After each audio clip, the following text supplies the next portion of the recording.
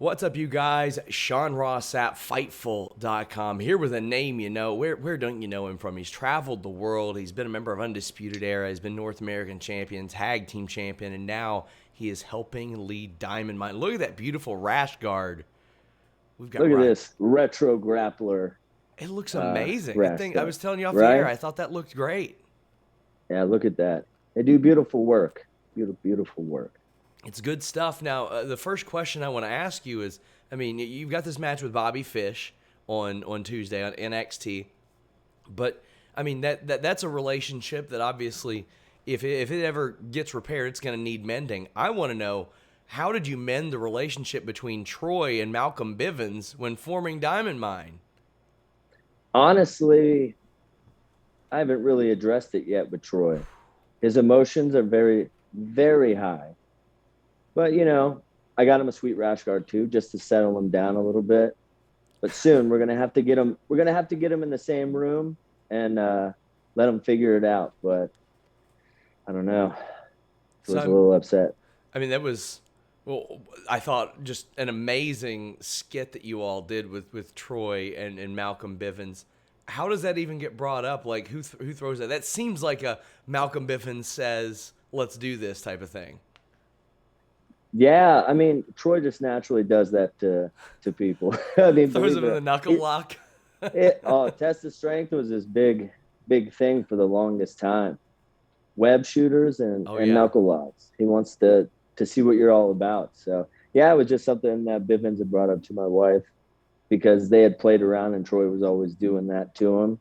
And then it was really, really funny, and I was so proud of him.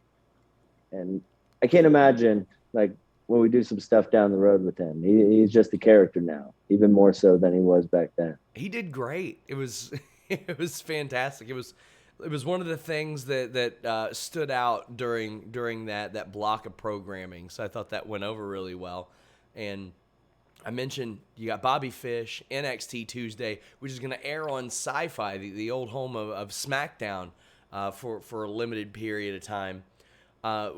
You're facing Bobby Fish. This is a guy that you've wrestled with for years and years and years. How are you feeling heading into that?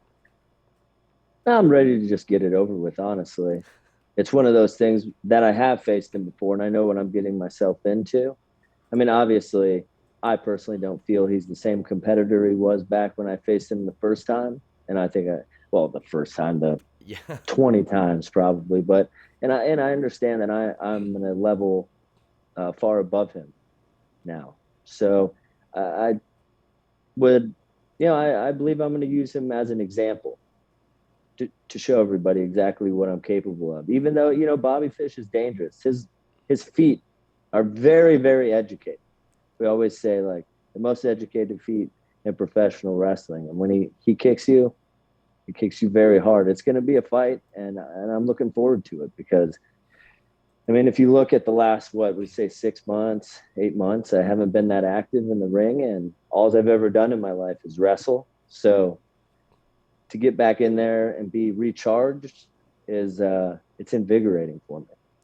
And I mean, obviously, you all had that great run with Undisputed Era, but you all had teamed as far back as like 10 years ago in Japan. How did you all evolve as competitors, as wrestlers, as friends over that period before what happened? Well, it's funny, when we did those trips in Japan together, that was, you know, where me and Bobby actually started getting, like, pretty close. This is far before we really had ever even, like, wrestled against each other. And I actually know him way back from 2003 because he was coming around Ring of Honor. And that's when I first had met him. But yeah, those long bus rides, you have a lot of time to chat and get to know people. And, you know, the biggest thing we had in common is, you know, how hard we wanted to work for what we wanted to get, no matter what it was. And it was something we bonded over.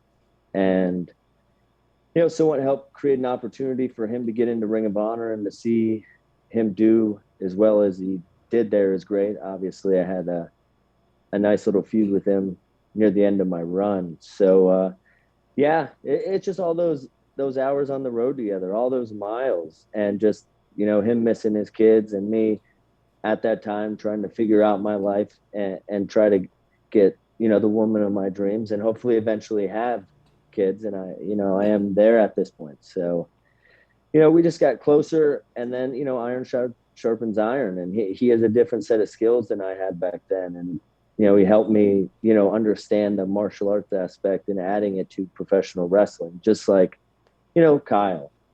Kyle's someone I've really looked up to in that sense, as he's been able to blend such a great mixture of martial arts in with professional wrestling. Just, Bryan Danielson, I had to be on the end of a lot of his innovative stuff when he first started really using it. So I've had a lot of taste of it. So, but yeah, I mean, that's where our relationship was formed, and it was nice to see everybody succeeding. And, when the opportunity came to succeed together, there was no way I was going to pass that up.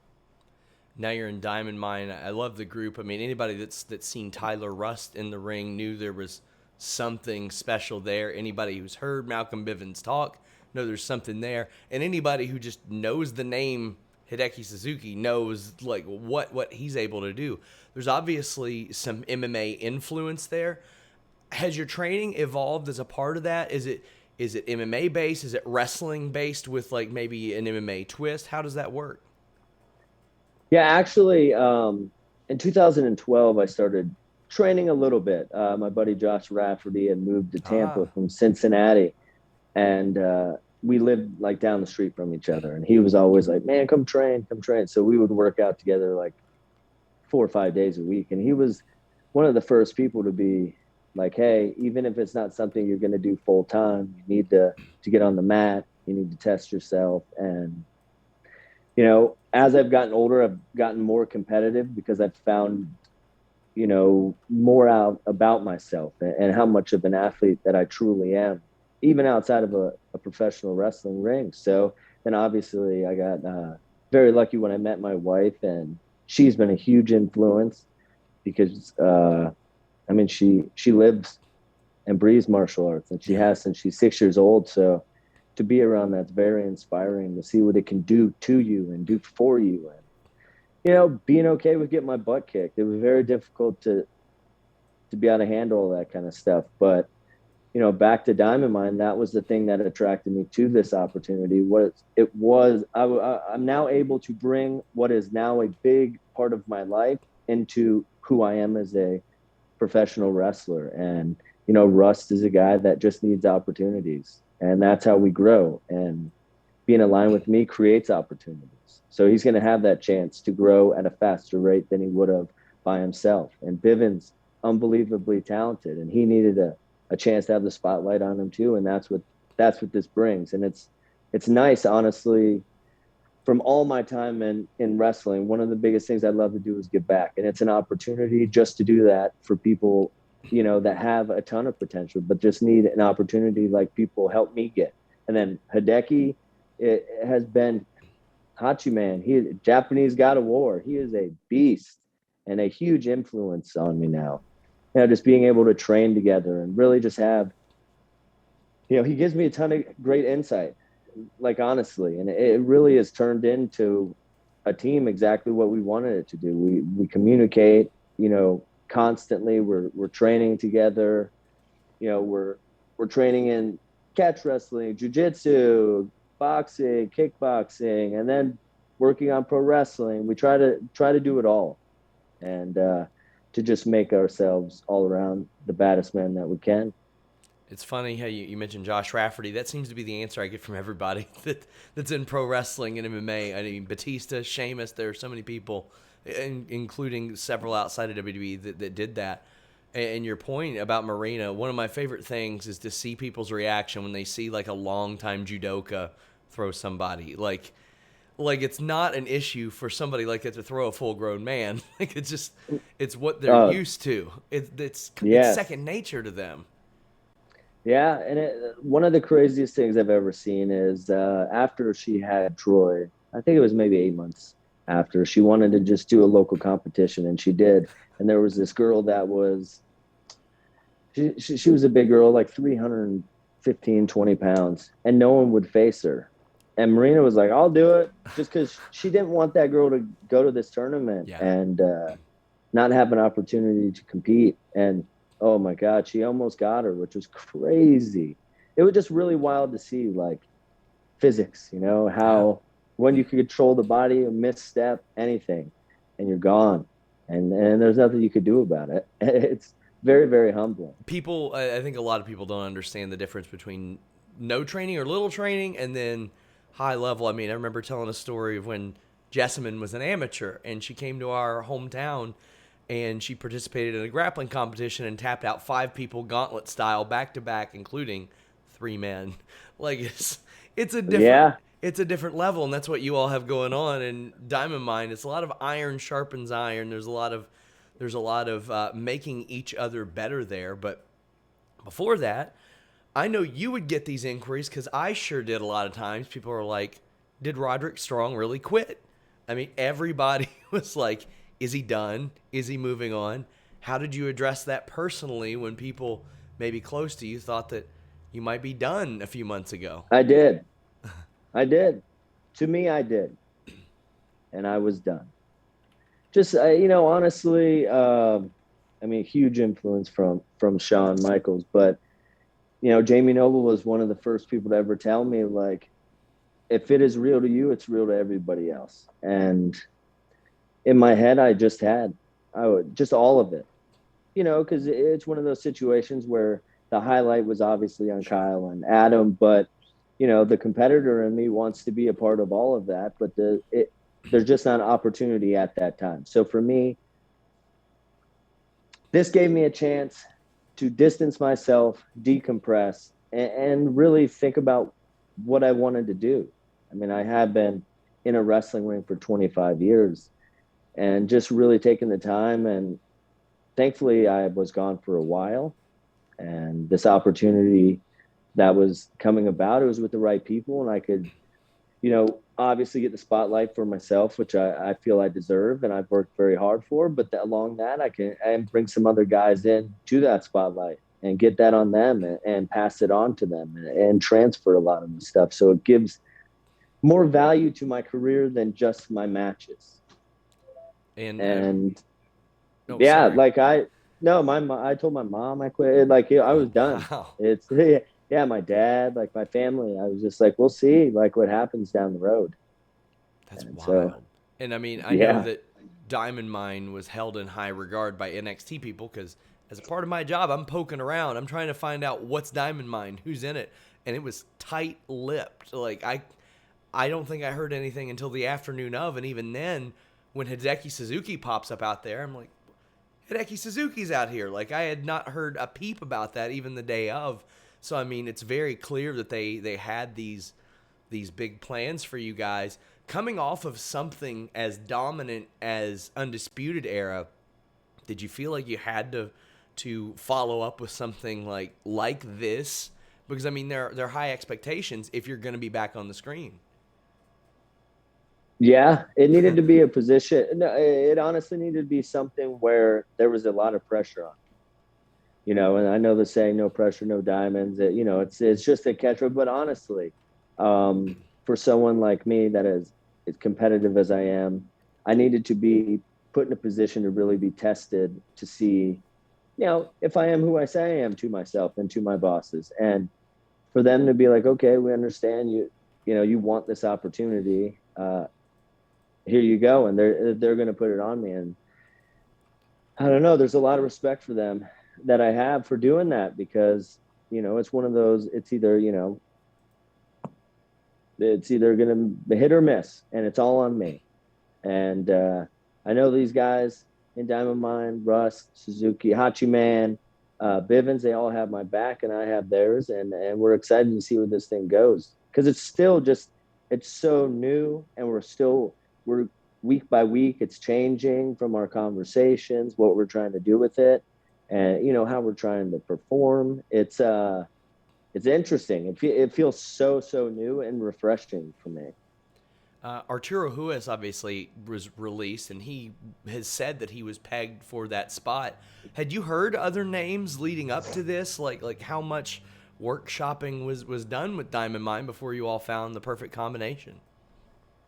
Yeah, yeah. I mean, names were thrown at me, and I threw names at them, and just whatever they felt would be the best fit for their vision that they had, which is, you know, it's awesome. For me, I personally, they have a great track record, so I trust, anything that Hunter or Sean suggest, or Johnny Russo. It doesn't matter. I trust them, and I know that they're going to give us the opportunity that we deserve. So yeah, and it's something that I think also is good because it can expand, and it can expand in many ways without having to shove every member or someone affiliated in people's faces. They'll just be able to see natural progression, which I think would be nice.